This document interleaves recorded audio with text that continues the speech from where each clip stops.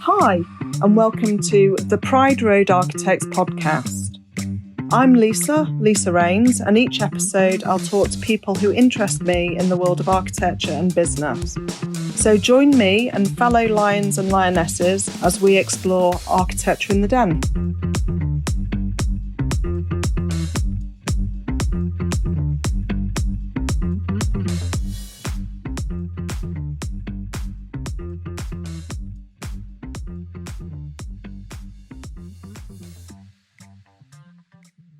So hi everyone and welcome to Architecture in the Den, and today I'm delighted to welcome Toks Aruoture. So welcome to the show, Toks. Thank you so much, Lisa. Thank you for having me. It is absolutely wonderful to meet you. And you too. So in my effort to sort of increase brand awareness, I'm part of a Facebook group called Lightbulb, and it's a bit of a magic group, and it's there to connect journalists with entrepreneurs. And they've got a very strict policy. It's like no PRs in there. And so what seems to be evolving in this group is just a really interesting group of like-minded entrepreneurial individuals. And we there's a stream that says, you know, if anyone's got any podcast opportunities, share it here. And I did, and then Toks got in contact, so I'm really pleased. So what was it about the podcast that resonated with you? Well, the fact that we are in the same industry, you know, as you know, Lightbulb is a massive group, and it's been such a blessing to me seeing the variation of industries and businesses that are out there. But when I see someone in the home industry, architecture, interiors, anything related, furniture, my heart literally skips a beat. Like, that's my thing.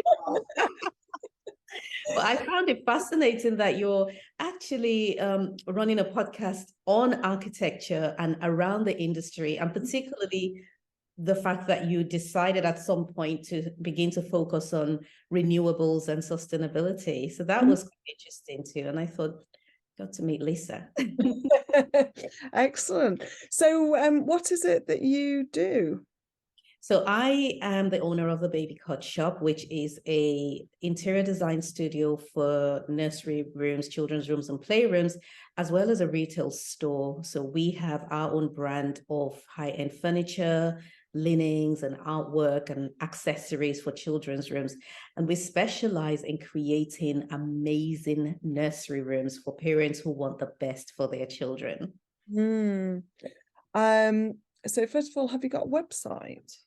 Yes, we do. It's thebabycotshop.com. So it's thebabycotshop.com. Amazing. We'll put it in the description.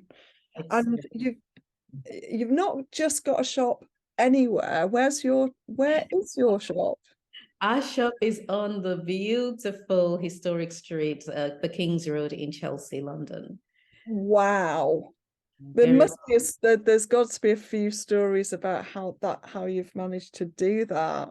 Oh my goodness. How long have we got, Lisa? So how long have you been there for? So we've actually been there for 6 years. However, the business has been running for 15 years. And I've been in the industry for about 19 years. So I was something else in interiors, and I had a shop in the United States.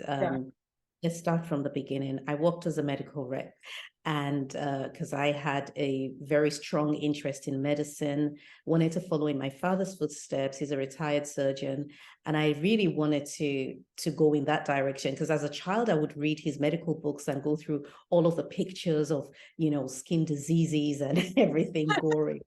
I loved it. And it was assumed that I would, but I was also really lucky to have been raised in Nigeria. and also by parents who we didn't hold back from speaking words of life and affirmation to us, their children.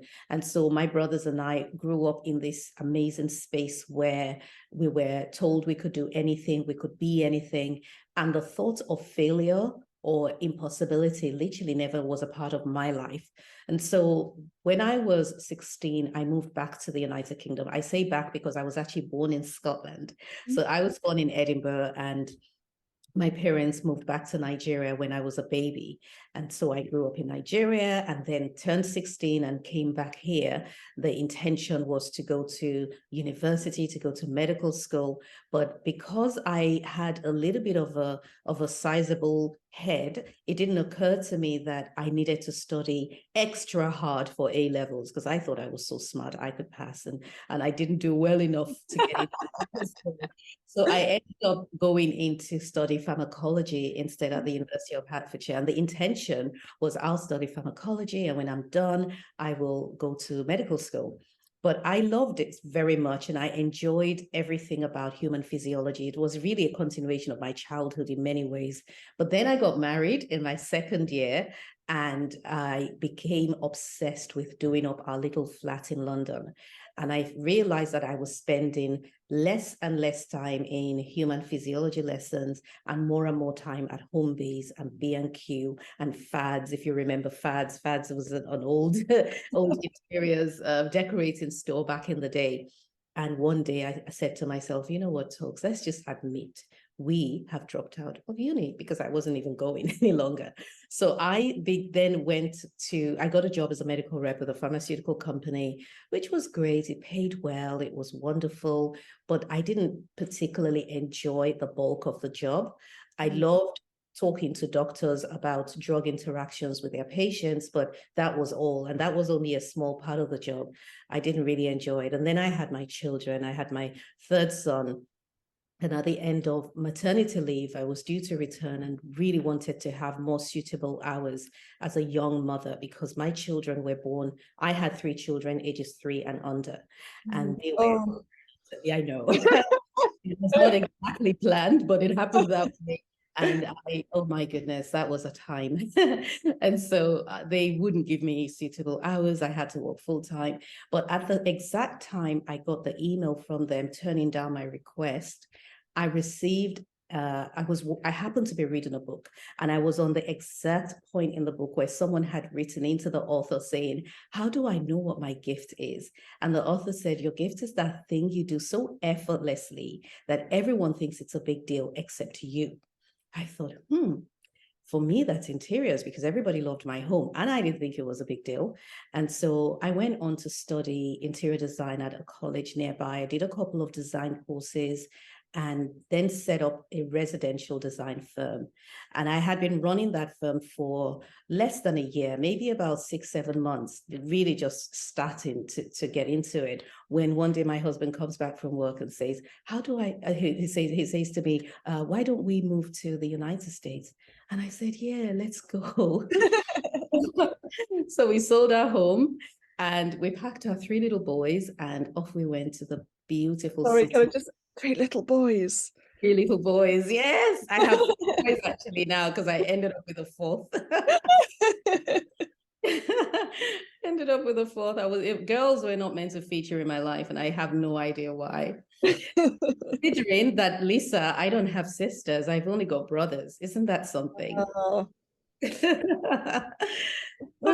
So we moved to Atlanta, and in the process I purchased a baby and children's furniture store, and it was a luxury brand, and that was my entry into the process. So how did you just happen on the so it happened over it probably happened over a 2-year period before we got in there. So I make it sound like, oh, let's just go, but no, it sounds so effortless. Oh yes, I just But you know, the funny thing though is that I think that failure can have a clarifying effect on you, but it can also knock your confidence, because now when I think back to what I did then, I ask myself, would you do it again? You know, like, would you do it as effortlessly as you did? Because honestly, even though it did happen over a 2-year period, and by the way, the reason why I needed to purchase a business was a facilitation of our immigration into the US, because we are obviously not citizens and we needed a reason to be there.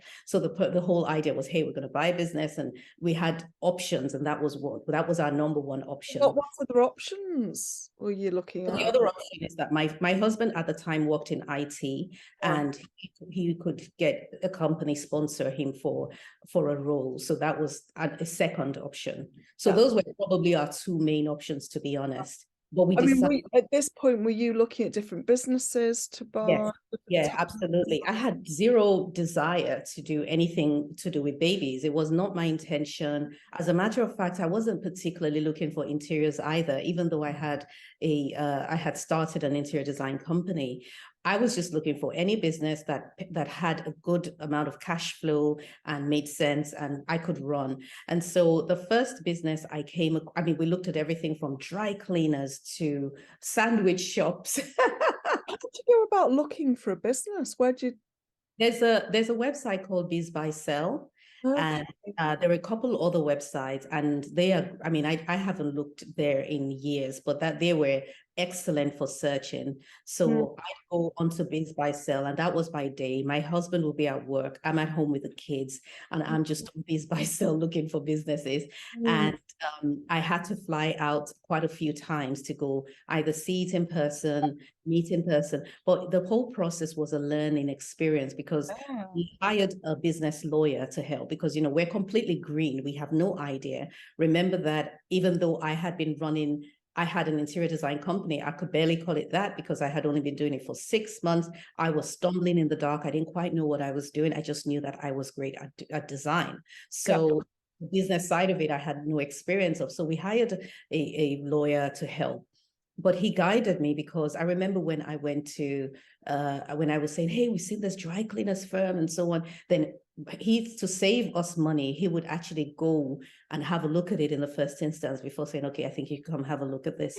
So he'd go there and he'd be like, Toks, their equipment is like 30 years old. You don't want it, and so on, and gave various reasons. For example, the dry cleaning industry is owned in many ways by the Koreans, especially in Atlanta, because there's a very strong Korean population there.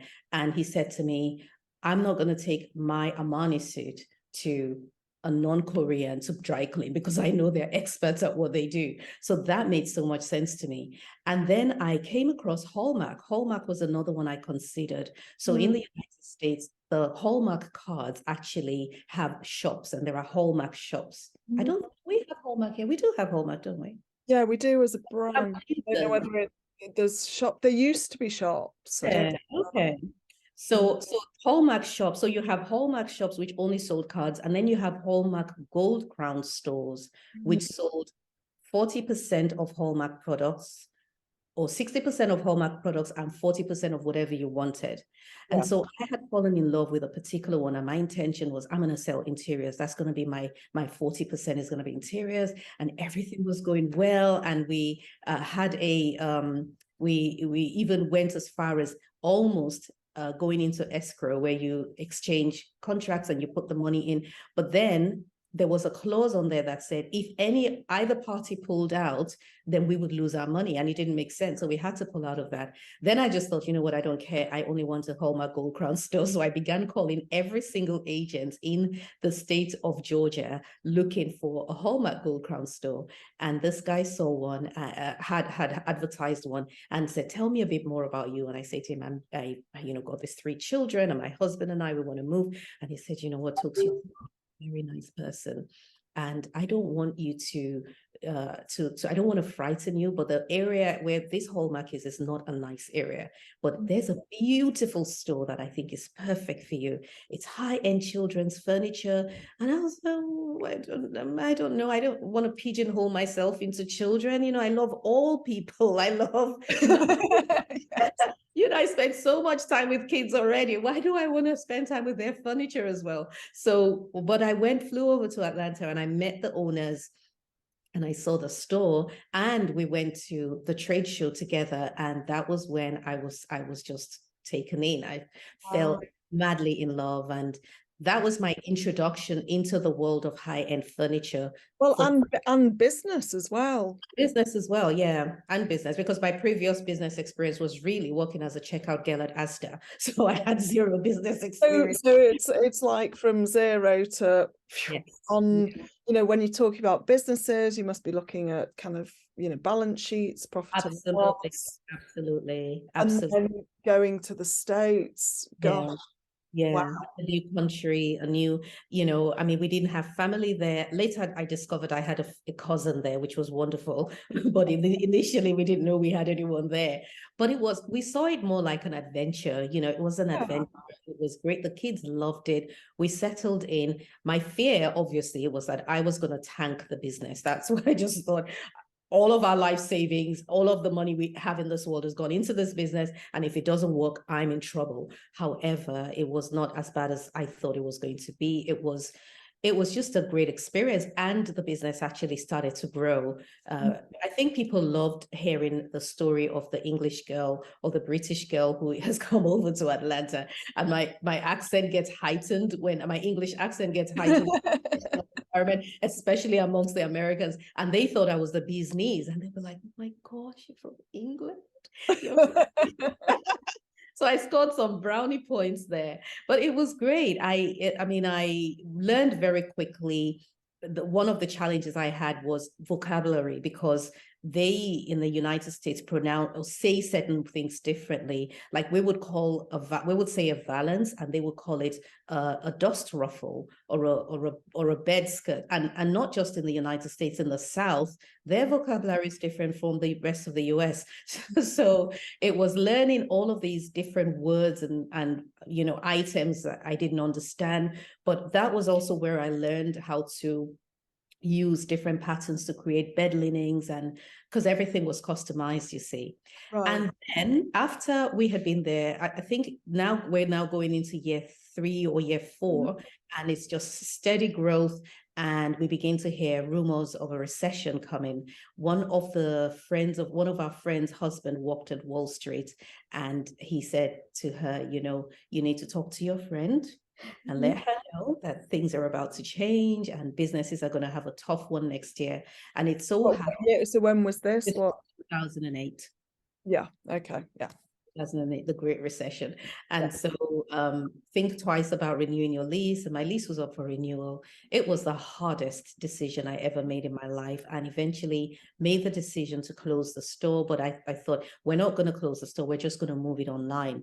But as I mentioned earlier, the whole reason we were in the United States legally was because of our physical business. We needed to keep that going. So we lost everything and had to move back to England.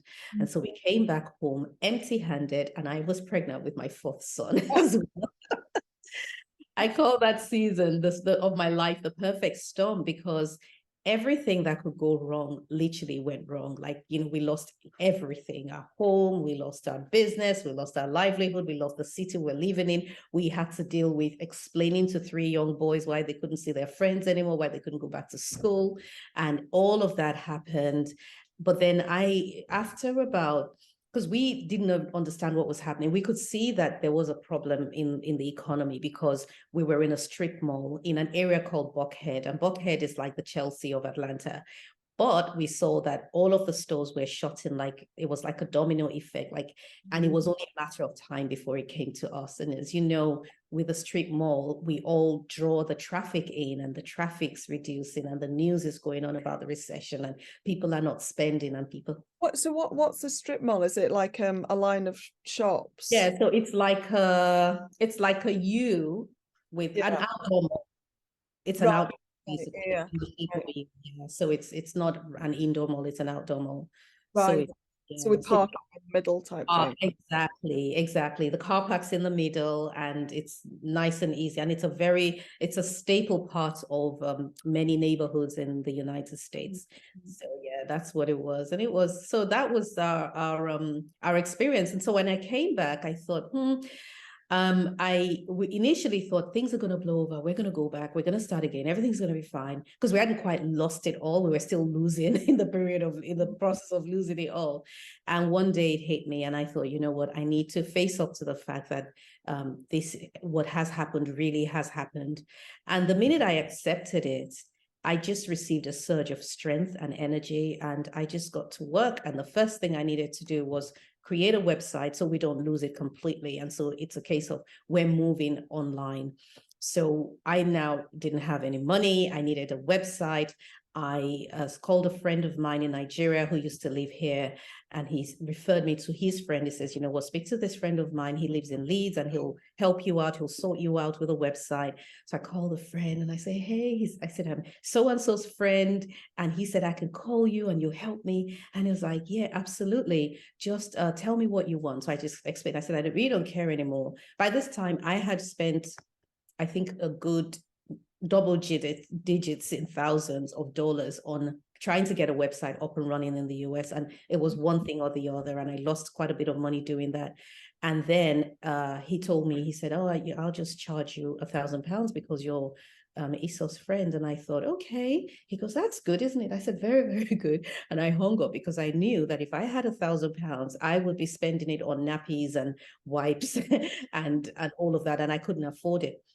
So I thought to myself that this guy I just got off the phone with, along with the other web designers I had worked with in the US, they all had one thing in common, and that is that they did not grow up. They were not born with the ability to build websites. And I can also learn. They had to learn. So I go on Google and type in how to build a website. Yes. And I begin to learn a little bit about the different components of website building. I understand that the front-facing part is a template, and then there is a back end, and there is there is a container for the products, and then there is see, this was 2008. This is not Shopify level at the stage, right? This is when you had to do a little bit of coding, and you had to shop for a cart from a company. You had to find a connector that connected your website to the cart. You had to find another connector that connected the cart to the payment processor, and then the payment processor to your bank. It was very technical at the time, but I was desperate, and I learned it all, and I put it all together, and I had the website up and running. And I'm like, okay, but here I'm not in the US, I'm in the UK. So I began to research the UK market and look for beautiful furniture and linens, and I see there is absolutely nothing like that in England. And I begin to approach different suppliers and trying to get them to let me sell their products, because at the time I wasn't even thinking high end. I was like, just anything. And there were these stipulations. Oh, we need you to have a physical shop. We don't want online. Or you need to buy a stock worth £20,000. We don't want you to, we're not doing drop shipping or anything like that. And the issue, obviously, besides the fact that I didn't have money, was that e-commerce in 2008 was a bit of a dirty word in this country because it was associated with eBay. And if you remember, eBay was known for selling secondhand goods, and Amazon also started off selling secondhand books. And so they did not want their brands associated with that, which was understandable. So I headed to the EU and began to find craftsmen who created absolutely stunning pieces, who were good at what they did, and they just were known in their locality only. And I said, listen, I want to bring your gorgeous furniture to the UK. No one's ever seen anything like that before. And they were coming up with the same usual, well, we need you to spend X amount of money. We need you to, and I'm like, no, you don't understand. I'm working with clients who want the best, and they want the flexibility of customizing their goods and so on. And so I took a little bit of what I had learned in the US with my company and looked at the UK market, and I put the two together, and I just created this business. And so my company at the time was called Pumpkin Patch Interiors, which is what it was in the United States. But then nobody understood or knew how to spell pumpkin, because it's Punkin. And that's a pet name that fathers call their daughters. And so we don't use that word here. one day I was on the phone, and so this is years later, I had now got into an office and so on, and I was on the phone, and my assistant was on the phone, and she was spelling our email address for like the 10th time that day, and I thought, you know what, that's it, we've got to change the name. And then we became the Baby Cot Shop. So that's why we changed the name. And so that we then, of course, now we have beautiful items. Some of the challenges we faced were suppliers changing the design without notice, or discontinuing an item, or things arriving damaged. That was such a big thing for us because it wasn't being packaged properly. And we're talking things coming from the EU and changing hands with delivery companies a few times before it arrives to us, and nobody's taking responsibility for where the damage happened. And then I had one major incident that happened, and I was having a nice quiet evening with my family this particular day. Looked in my inbox and I saw that I had received about 6 emails from my US suppliers, and I also was selling some of my US products here as well. And they said, all said pretty much the same thing. Dear Toks, we want you to take our products down from your website. We can't work with you any longer. I'm very sorry. I was like, what? And it was out of the blue. There was no explanation. There was no warning. Really? What happened? What had happened was one of my competitors had written to all of my suppliers and said to them, whatever she's doing in sales, I'm going to do better. And she sold them this story of how great she was going to be and so on. And I only discovered that because one of the suppliers had copied me into an email. I don't think she meant to, but she did. And I read the whole thread. And I just was about to fall apart. I remember it was a weekday evening, and the kids were home from school. I think my husband was back as well. And I just left them and I went for a run. Was my first instinct, because I didn't want them to see me crying. And then my second reason was, I had all of this pent up frustration and fear and everything, and I just felt like it needed to go out. So I just went for a run, just put my trainers on and started running down the high street near me. And but by the time I did my turn to come back, I knew exactly what I was going to do. I was going to create my own brand of furniture and my own brand of linens, and no one's going to tell me when to sell it, where to sell it, how to sell it, or what to do with it. And so that whole thing happened, I want to say in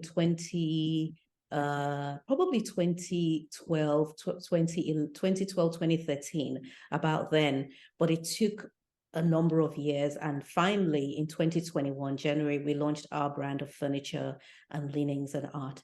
And the whole journey was needed because the designs that we offer today is based on the needs of our clients that we have understood over the years, their preferences, their tastes, the designs that sold well when we sold other brands, because we only now work with 2 other brands currently, like besides our own brand. So the Baby Cot Shop brand, it's called the BCS brand, is the main feature on our website, in our shop. That's all you'll find there. And then there are a couple other brands that we also work very closely with. But we were able to garner all of the best features of what we had sold previously and all of the functionalities that moms liked. And we put it all together, and then we created this beautiful collection, which is doing really well. So that's the story. And we got onto King's Road was necessary because we obviously our furniture is. Was that the first premises that you had in the That's UK? our first, that's our first and so far our only premises, but we intend to expand. So that happened in 2017, and it was necessary because people kept saying, we want to try the chairs. We sell the most comfortable nursing chairs in the United Kingdom, without a doubt.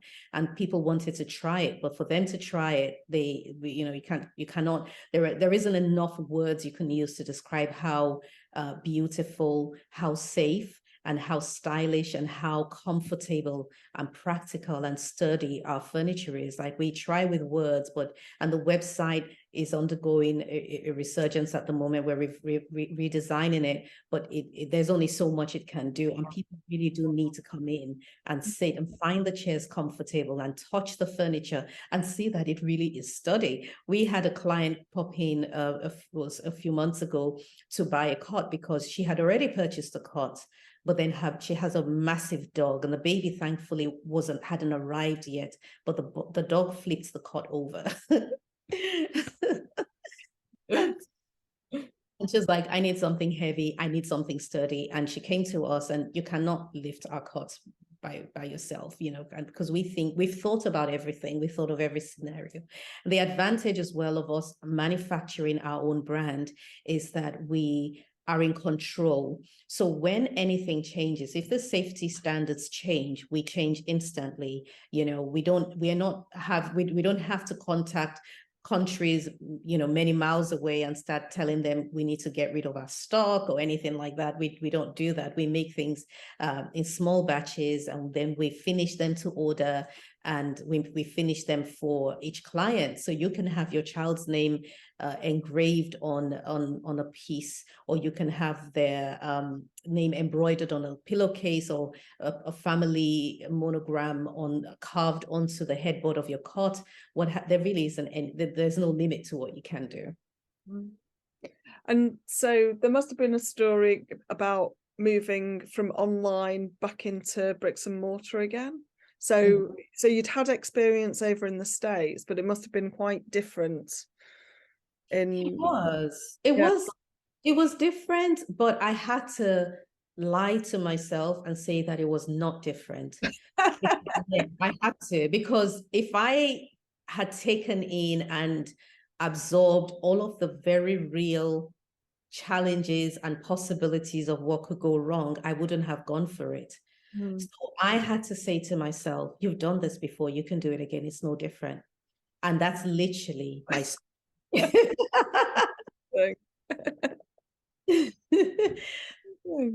And I've also got an amazing mentor. My mentor he's like a father figure, you know, because he's got extensive experience in the United Kingdom, in the retail world. I was going to say he's got extensive experience in retail. He used to be the chief exec for a household brand and so on. So he was very, very key in giving me that confidence. I remember when I went to view the space, I really was not planning on emailing the agent to say, hey, I'm going to take it.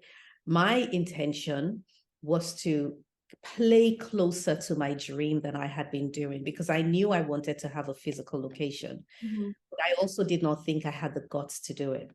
So I thought, let me just dance close to it. Let me go and view some spaces. I'm not going to do anything with it. I'm just gonna see and get myself excited, and maybe I'll get bold when I get there. And my intention was, let's do that for a period of time until the courage levels were high enough to say I want the space.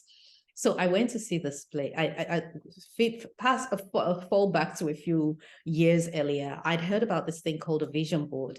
So I created a vision board, and it's a pictorial representation of the life that you want.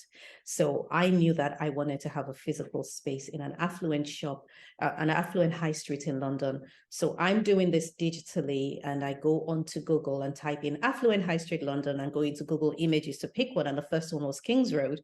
So I Kings Road picture on my board, and I had other things I wanted to do, like mentor young children in schools, and I wanted to do public speaking and speak to corporations and employees and just encourage people and talk to them about the power of telling their own story. I call it telling your rock star story. That was a dream I had. And I put a picture of a woman speaking to a crowd, and I put a picture of children in a classroom, and I'm writing a book at the moment, and I put a stack of published books and so on. So I put all of that on my vision board. And a few months after that, I get an email from an organization, a charity, and they say to me, we would love you to come and speak to the children in in this school. I'm like, okay, what's this about? And it's called Urban Synergy. And we speak to children, and I still work with them in the inner city, because they don't always get role models that they can attach their dreams to or align their dreams to. So we do that. So that happened. And I forgot all about the Kings Road one, because my vision board, which I had printed and laminated on an A3 piece of paper, I stuck it on the wall in my room, and it dropped and had now fallen on the mantelpiece, and it was now covered with lotions and potions and nail varnish and everything. So it was just sitting behind all of these bottles. And so now this day I was doing a client's home in Kensington. I was designing a nursery, which meant I was going back and forth every day. And I had been going by public transport. And one particular day I had a lot of things to carry. I thought I'll just drive. So I drove down. And while I was driving back home, I noticed that I was going across Kings Road. I thought, this is interesting. So I drive back and I go onto Kings Road. I said, let's just drive down. So I drive down Kings Road and I see To Let, and I see this space. I see a double fronted store and it says To Let on it. It's all painted in black. So I take a picture of the sign and I emailed the agent. There was no price, on their website. So I emailed them and he sends me the rent, the lease, and all of the terms and everything. And I thought, I think I can do this. In terms of figures, it's very similar to what I was paying in rent in the United States, even though I know the exchange rate was not the same. But I just used that and I said, Toks, we're going to lie to ourselves here. And we're going to say that this is just you repeating what you did before. And this time there's no recession. So I sent him, I said, I'd really love to see the space. And he says, yeah, you can come pick the key up. So I go there, I call my mentor and I say, hey, looking at this space. And he goes, that would be awesome. That would be really good. So we meet there, we go in and it's actually 2 floors. So it's the ground floor and there's a basement. And I'm looking around and I'm thinking, it was a dump, and he goes, Toks, this is amazing. I think this will be perfect. And I'm thinking, I did not mean to, no. I wasn't being serious. This was not, we're not ready yet. And he's like, yeah, this is great. You can do this. So now he had written a book for small business owners and it had just been published. And in there, he used me as a case study when he talked about mentoring in business. And he says to me, why don't you, let's go and you can give me a testimonial about this book. I'm like, yeah, absolutely. So we go to the back of the shop and standing there and I'm holding the book and doing this, he's recording me and we're doing this video testimonial and I'm saying all these wonderful things about Roland. His name's Roland G. And he's like, yeah, I'm saying all this. And he says, stop. Why don't you add that? And in December, I'm going to be opening my shop on the Kings Road. And I'm like, I'm not doing it. I thought, no. He goes, yeah. And I said, do you think that I'll be able to do this by December? He goes, of course, you have to. And there was something about the way he said you have to that reminded me so much about my father and the way my dad would say, you have to. My dad's an ex-military officer as well. So that was it. So I began to very gingerly send an email to the agent to say, I'd like to put an offer in. So we first go sit down and then I said, I need to know what this is, the reality of what this is. Then we do estimates on what utilities will be and all of the things I need. You need an alarm system and you need this and you need that and decoration and all of that stuff. So we listed everything and I keep staring at the figure and I think I should be able to do this. I really should. And then we part ways and I spend the next few weeks looking for what I call, or should I say, building what I call my bank of evidence, which is proof that it can be done. And one of the things I did was go down to Harrods and I went to the children's department and I looked at the children's dresses. I don't sell kids. We sell a small selection of baby clothing, layette, but children's clothes, not really. And I see this particular brand of children's clothes that had a dress for, I want to say £48,000. Yes.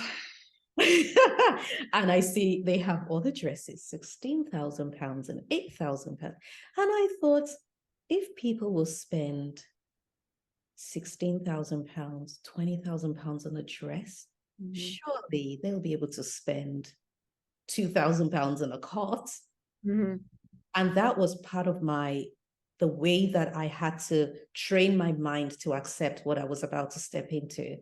And then I would remember going down Kings Road, and there used to be a sock shop on there. And I thought, surely, if you can pay rent selling socks, I should be able to pay rent selling cots and nursery rooms. Amazing. Well, we're actually coming to the end of the podcast. At the meeting in a few minutes. So I'm going to have to wind this up. But what an amazing story. If you had to give one piece of advice for someone thinking about starting their own business, whether it's an architectural practice or something else, what would you say? I would say spend time in introspection, in self-reflection. The answers are always within you. You are going to come across challenges and situations you didn't bargain for. But if you spend time getting to know who you are on the inside, you will gain the confidence to approach obstacles, because there's so much business advice out there, like the practical stuff for the finances and so on and so forth. But I think that there is an area where we don't talk about enough, and that is mindset. Your mindset has got to be strong enough to take you through the situations that the books don't talk to you about and the situations you didn't bargain for. So spend time getting to know yourself and practice being your authentic self, because you really are enough. I believe that if the idea came to you in the first instance, it's only because it's possible. I truly believe that. Thank you very much. And what a lovely way to close the podcast. Well, thank you very much, Toks, for coming on. And I look forward to following your story. And I'll be going onto the Baby Cot website to have a look and following you on your socials. And it'd be good to meet up at some point. Absolutely. We've got to meet up. Thank you for having me, Lisa. I really appreciate it, and I've enjoyed our chat.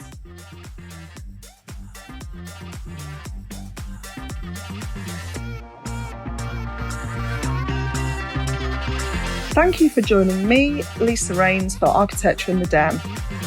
If you want to find out about franchising, check out our website, prideraidefranchise.co.uk. If you enjoyed this episode, please like, subscribe and leave a review. And do get in touch through your favourite platform if you'd like to be a guest.